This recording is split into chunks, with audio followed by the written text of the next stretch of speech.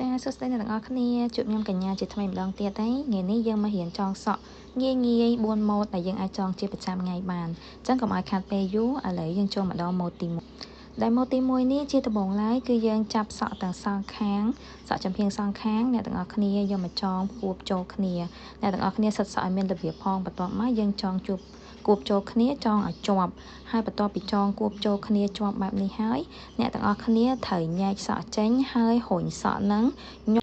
ញកពីខាងលើចុះមកខាងក្រោមពេលដែលញកចុះមកដល់ខាងក្រោមហើយអ្នកទាំងអស់គ្នាត្រូវពាត់សក់នឹងមកជុំរួចហើយប្រមូលសក់ខាងក្រោមញកមកចូលប្រឡោះសក់ខាងលើនឹងវិញអ្នកទាំងអស់គ្នាអាចមើលតាមវីដេអូនឹងមួយបានបន្ទាប់មកចាប់ហែកសក់ខាងក្រោមដើម្បីឲ្យតឹងហើយអ្នកទាំងអស់គ្នាហើយបន្ទាប់មកយើងមកចាប់ហែកសក់ខាងលើម្ដងយើងហែកធ្វើម៉េចសេរីឲ្យសក់វាមានរបៀបឲ្យវាកងនៅពីលើគ្នាទើបសក់យើងឃើញមកមានសណ្ដាប់ធ្នាប់ស្អាតមានរបៀបរៀបរយហើយស្រឡះផុតពីកទៀតអញ្ចឹងឥឡូវយើងឈានចូលមកដល់ម៉ូដសក់ទី2ម្ដងសម្រាប់ម៉ូដសក់ទី2នេះគឺស្រដៀងទៅនឹងម៉ូដសក់ទី1ដែរគ្រាន់តែថាយើងចាប់សក់ខាងលើចងយើងចាប់តែខាងលើទេយើងអត់ចាប់ដល់គុំត្រចៀកដូចម៉ូដសក់ទី1ទេអញ្ចឹងជាដំបូងគឺយើងចាប់សក់ខាងលើនេះចងយើងសិតឲ្យមានរបៀបរៀបរយចឹងមកបន្ទាប់មកយើងយកចំណងសក់មកចងបន្ទាប់ពីយើងចងឲ្យជាប់ហើយ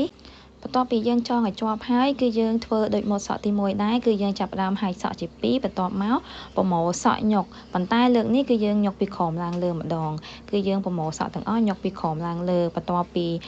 ញកពីក្រោមឡើងមកលើរៀបរយរួចហើយអ្នកទាំងអស់គ្នាត្រូវហែកសក់ហ្នឹងដើម្បីឲ្យវាតឹងហើយពាត់សក់ហ្នឹងទុកទៅខាងលើមួយដុំសិនបន្ទាប់ពីទុកសក់ខាងលើមួយដុំសិនហើយយើងចាប់ផ្ដើមមកចងសក់ខាងក្រោមម្ដងសក់ខាងក្រោមនេះគឺយើងចាប់ផ្ដើមសិតឡើងឲ្យវាមានសណ្ដាប់ធ្នាប់មានរបៀបរៀបរយស្រឡះផុតពីកយើងពេលដែលអ្នកទាំងអស់គ្នាសិតឲ្យមានរបៀបរៀបរយហើយពេលដែលយើងចងមកឃើញសក់យើងស្អាតភ្លឹង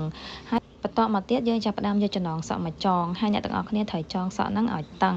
អ្នកទាំងអស់គ្នាចងតឹងទើបសក់យើងស្អាតខ្ពស់ស្រឡះស្អាតបន្ទាប់ពីចងសក់តឹងហើយយើងតម្លាក់សក់នៅខាងលើនឹងចុះមកហើយលូកដៃយើងចូលទៅប្រឡោះសក់ខាងលើបន្ទាប់មកទាញសក់ដែលចងខាងក្រោមហ្នឹងគឺឡើងមកឲ្យផុតសក់ខាងលើ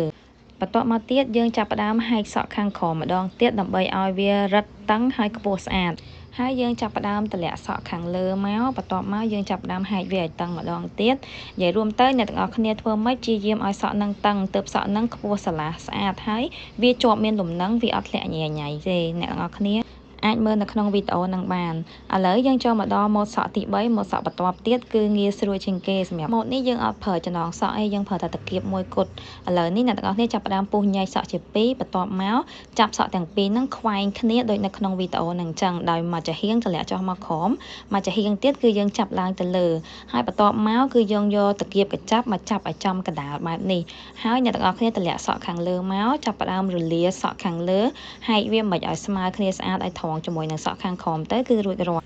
ចូលមកដល់ម៉ូដសក់ចុងក្រោយគេម៉ូដសក់ចុងក្រោយនេះគឺ clean ជាងគេបន្តិចអ្នកទាំងអស់គ្នាចាប់សក់របស់អ្នកទាំងអស់គ្នាទាំងអស់មកបន្ទាប់មកសិតឲ្យវាមានរបៀបរៀបរយបើអ្នកទាំងអស់គ្នាមានកូនសក់ច្រើនកុំភ្លេចលាបចំហួយផងហើយបន្ទាប់មកចាប់សក់ហ្នឹងចងឡើងឲ្យខ្ពស់តាមតែអ្នកទាំងអស់គ្នាអាចធ្វើបានព្រោះនៅពេលអ្នកទាំងអស់គ្នាចងកាន់តែខ្ពស់ម៉ូដសក់នេះកាន់តែស្អាតបន្ទាប់មកទៀតអ្នកទាំងអស់គ្នាចាប់ផ្ដើមចងនៅពេលដែលចងបាន2ប៊ីជុំហើយអ្នកទាំងអស់គ្នាយកដៃចាប់ញែកពុះសក់ដែលចងហ្នឹងជា2លើក្រោមដូចនៅក្នុងវីដេអូហ្នឹងអញ្ចឹងបន្ទាប់ពីពុះសក់ហ្នឹងជា2ហើយយកចំណងចងសក់ដែលកំពុងតែចងហ្នឹងចងតែចំណែកខាងលើសក់ដែលពុះហ្នឹងបានហើយចងខាងលើវាឲ្យជាប់2 3ជុំព្យាយាមចងឲ្យអស់ចំណងចងសក់ហើយបន្ទាប់មកចាប់វែកសក់ឲ្យស្មើហើយចាប់អាសក់ខាងលើហ្នឹងហែកមកគ្របអាសក់នៅខាងក្រោមពេលនោះអ្នកទាំងអស់គ្នានឹងទទួលបានម៉ូដសក់មួយដែលខ្ពស់ស្រឡះផុតពីកហើយប៉ុន្តែម៉ូដសក់នេះអ្នកទាំងអស់គ្នាមើលមកថាសាមញ្ញដូចយើងចង់សក់ធម្មតាប៉ុន្តែអត់សាមញ្ញទេពេលដែលអ្នកទាំងអស់គ្នាចង់សក់ធម្មតាគឺអត់បានខ្ពស់អញ្ចឹងទេ